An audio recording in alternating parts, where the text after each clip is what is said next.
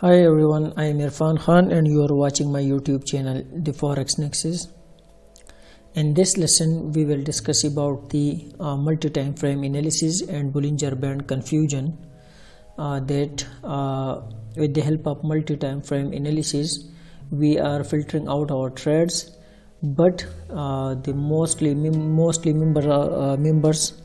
of our Telegram community, they are getting confused by Bbma, Bollinger Band, squeezed and expansion. So with the help of multi-time frame analysis and Bollinger Band, we can find a valid setup. So this is USD JPY H4 time frame, and here we have first of all we will move to daily time frame. After that we will filter out the H4 reentries, also the daily reentries. This is daily time frame, and here we got extreme, but the Bollinger Band, you can see here the Bollinger Band is not flat, it's moving toward downside. You can see here it's moving toward downside. We need like this curve shape. If we get that, we will get a buy trade, and it can hit to the middle BB, first take profit, first possible area middle BB, and then upper BB. But before going to the daily time frame, here we got before moving to H4 time frame, here we got a daily re-entry on MA 510 high after the momentum. So we will move to H4 time frame. On H4 time frame, you can see here the Bollinger Band, the EMA 50 is getting outside of the upper band, it indicating us that we have a valid entry coming on higher time frame. So their time frame is daily. You can see here at this point on H4 time frame we got the nuclear setup, but on second time frame we need confirmation here. On H1 time frame we need extreme plus MLV. So here we got the extreme point, and also the Bollinger Band is flat. It means you can take the entry, because the Bollinger Band is indicating on first time frame the let me show you. On first time frame you can see here the reentry is coming, reentry is happening at this point, and the Bollinger Band is dropping, is moving toward downside. It's not squeezed or flat. It means that reentry is valid. So we will move to H4 time frame to confirm it, but here we didn't got confirmation. On H1 time frame we will wait for the extreme and the Bollinger Band, and the Bollinger Band flat. Then we got a clear CSD with momentum. After the momentum, you can see here, if you are not taking trade on second time frame confirmation, so better to wait for the H4 reentry. At this point you can see here.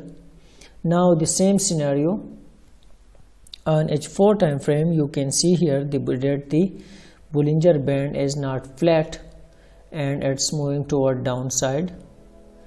On H1 time frame, the EMA 50, we got the rejection from the EMA 50 advance extreme.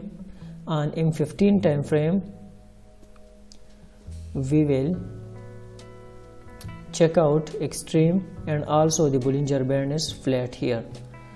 So we will take our trade here at this point, or a re-entry after the CSD, and we can get 100 pips trade with 35 pip stop loss.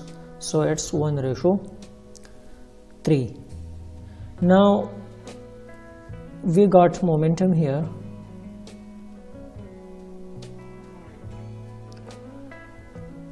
We got momentum here at this point. At this point we got momentum, and now the market reached to the MA510 higher entry, but on H1 time frame we need confirmation. So on second confirmation is done with EMA50 rejection, advanced extreme. Here this is a little bit tricky. We got extreme plus MLV. We can take our first trade here at this point, okay, on MLV. But when the market, remember, when the EMA on third time frame, the EMA50 is not according to the trend, so better to make another entry or safe entry after the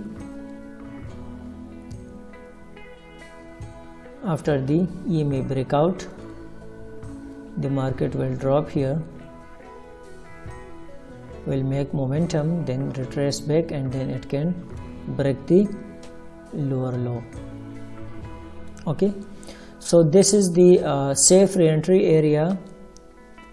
We can, after the momentum, we can take our trade on MA510 high, sell, and or we got extreme here, and this is our MLV point. The Bollinger band is flat, so we can take our trade at this point as well. But the EMA50 is getting outside of the lower band.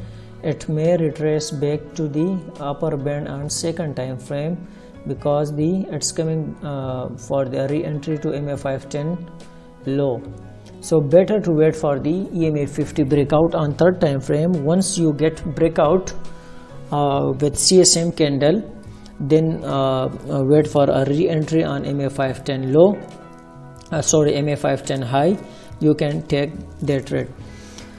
Now let me repeat the lessons. When you find a re-entry on first time frame, always look for the Bollinger band expansion. Okay, on second time frame must confirm it that you get extreme confirmation. On third time frame you need extreme plus MLV or Bollinger band flat. Same on H4 re-entry. You can see here at this point the Bollinger band is expanding, not flat. On H1 time frame we got EMA rejection. From the EMA rejection